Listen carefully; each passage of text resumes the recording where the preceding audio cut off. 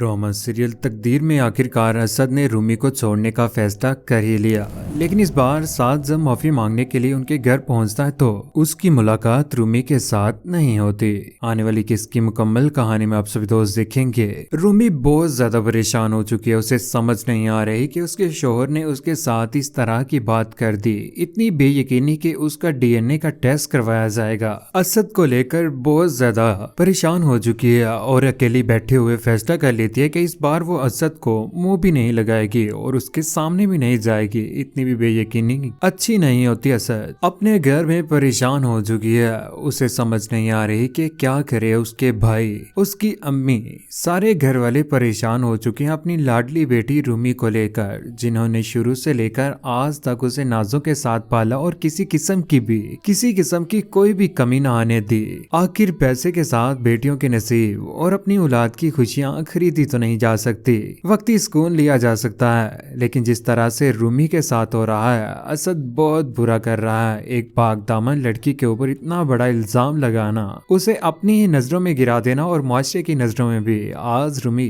परेशान हो चुकी है असद को लेकर। उधर रूमी ने तो साफ साफ मना कर दिया है कि वो अपना टेस्ट नहीं करवाएगी, लेकिन काल के ऊपर असद कहता है कि इस रिश्ते को बचाने के लिए रूमी को डीएनए टेस्ट करवाना पड़ेगा ताकि मुझे यकीन हो सके कि ये मेरा ही बच्चा है, ना कि किसी और का, यानी कि साद का। उधर रूमी की बहन उसे गले लगाती है और उसे हौसला देने की भी कोशिश करती है, लेकिन दूसरी ही जानिब साद, जिसने दोबारा से इस जंग को शुरू कर दिया है, माफी मांगने के लिए रूमी के घर पहुंच चुका है, जहां पर बैठा होता है कि वहां पर उसकी मुलाकात हमना की मां सालिहा से हो जाती है। वो टूट पड़ती है उसके ऊपर, कहती है कि तुम्हें समझ नहीं आती, तुम यहाँ पर क्या करने आए हो। रूमी की जिंदगी तबाह पर बात करने के बाद दोबारा से यहाँ पर आना क्या तुम्हारा बनता था। रूमी को उसके घर से निकलवा कर क्या तुम्हें सुकून नहीं हुआ, जिसे तुम यहाँ पर भी बर्बाद करने के लिए चले आए हो। लेकिन यहाँ पर साद उसे मनाने की कोशिश कर रहा है, कहता है कि ऐसी वैसी कोई भी बात नहीं है खाला जान, मैं उससे माफी मांगने के लिए आया हूँ। ये जो कुछ भी हो रहा है कि मेरी वजह से नहीं हो रहा, ये सिर्फ और सिर्फ गलतफहमी की वजह से हो रहा है। लेकिन यहाँ पर असद, जिसे थोड़ा सा यकीन तो होता है अपने अब्बा की उन बातों के ऊपर कि वो इस बार रूमी के साथ कुछ भी गलत ना करे, वो भी उसी की बीवी है। गाड़ी में बैठकर जैसे ही रूमी के घर की तरफ पहुंचता तो वहां पर साद की मुलाकात, उनका आमना सामना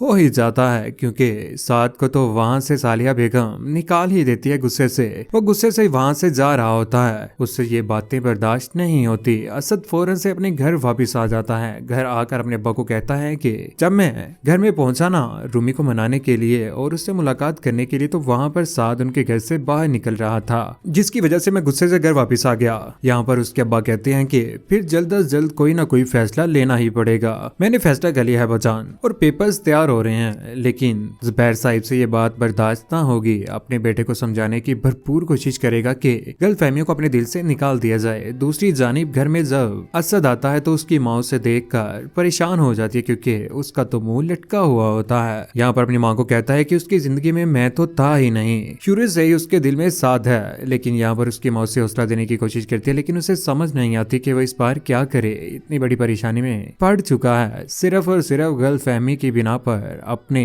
इस पाक रिश्ते को खत्म करने के पीछे तुला हुआ है। लेकिन कौन चाहता है कि जिनकी वजह से रूमी और असद का रिश्ता खराब हो रहा है, उनका इंजाम क्या होना चाहिए। और रूमी और असद को एक दूसरे के साथ खुश कौन देखना चाहता है। नीचे कमेंट सेक्शन में अपनी मोहब्बत भरी राय का इज़हार जरूर कीजिएगा। चैनल को सब्सक्राइब करने के बाद बेल का बटन जरूर दबाइएगा। अपना ख्याल रखिएगा, दुआ में याद रखिएगा। अल्लाह हाफिज।